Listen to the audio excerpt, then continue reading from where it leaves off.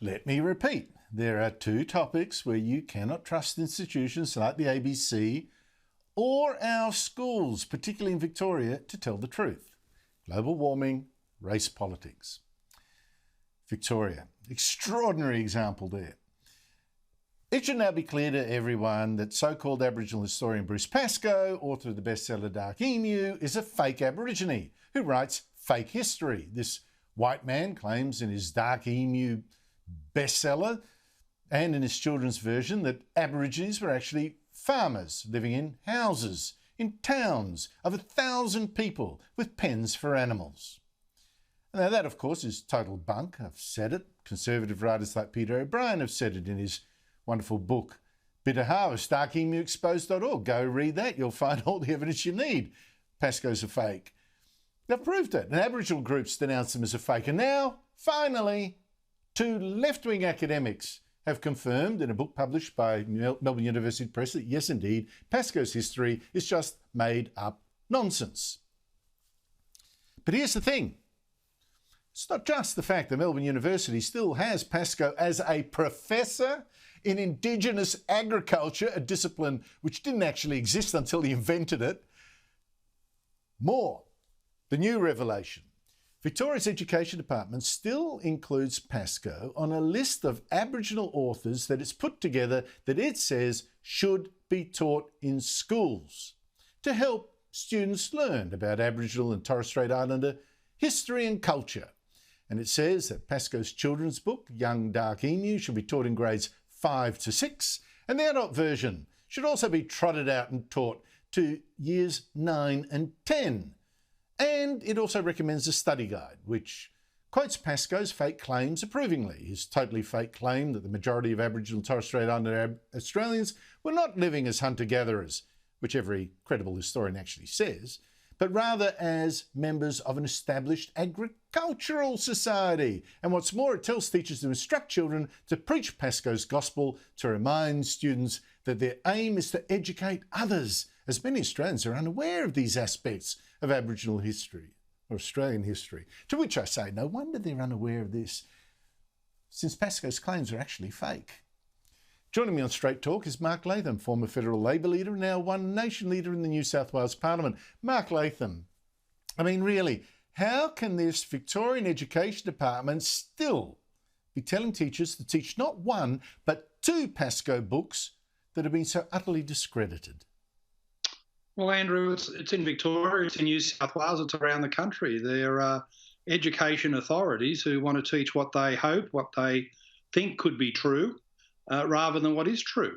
And it's a damning commentary on our school system that we're teaching things that are blatantly false in terms of this rewriting of Indigenous history in Australia. And, you know, we don't teach fake histories of the Holocaust and World War II. We don't teach fake histories of the moon landing or September 11. They'd be horrified if there were fake histories of coronavirus in our schools and science subjects. But they're allowing this fake Dark Emu rewriting of Indigenous history to be adopted as the orthodoxy. And your point about Professor Sutton and Dr. Walsh is very important because they are of the left. In their book, which I've just finished reading in full, they argue for changing the date of Australia Day and so forth. They're of the left.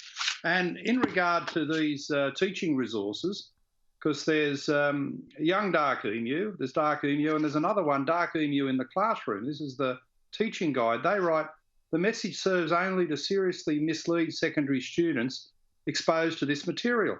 This teaching resource book should be withdrawn by any educational authority currently using it and rewritten. And they come at this from the perspective that what Pascoe is actually trying to do to say, look, for pre-1788 Indigenous to be regarded as credible and worthy in Australian history, they need to be the equivalent of Europeans. Sutton and Walsh are horrified by this notion of rewriting the history to say, well, they lived in villages, they were surrounded by cropped agricultural fields, they were just the equivalent of Europeans, when it's completely untrue. They had, by the standards of hunter-gatherer societies, a complex, sophisticated way of gathering food. Geoffrey Blaney's written in 1800, the Indigenous food gathering here would have been the equivalent of 50% of the population of Europe, the food they had, the living standards they enjoyed. So whether you're coming from the right or left, we should be all united in saying only truth should be taught in our schools, and this Pascoe stuff clearly doesn't qualify. It is the greatest literary hoax in Australian history, and there are some institutions that are committing themselves so much to it, they're too ashamed to stop teaching what's obviously fake now. And our children, I mean, it's just, I feel so sorry for them. Anyway, Mark, Victoria's had the vast majority of the deaths from this virus, 820 odd of the 910. Melbourne's also been locked down for 3 times longer than any other city. But here is what happened when the ABC's alarmist medical expert, Norman Swan, was asked this question on Channel 10's Have You Been Paying Attention? Have a listen. Some familiar faces. Who's your favourite chief health officer? Good question. Well, none of them like me very much. Who do you reckon's doing the best job? I think Brett's doing a great job. Mark, can you explain to me how the chief medical officer of the very worst performing state can be called the best of them? Well, I think it's easy to explain, Andrew, in that Victoria comes closest to matching Norman Swan's predictions of COVID catastrophe in Australia. He said we were going down the path of Italy with the COVID cases. He said that New South Wales was going to run out of ICU beds in April 2020. Our hospitals have never been so empty. And he also had to backflip on the origins of the virus itself. He's now starting to entertain the possibility of the Wuhan lab leak.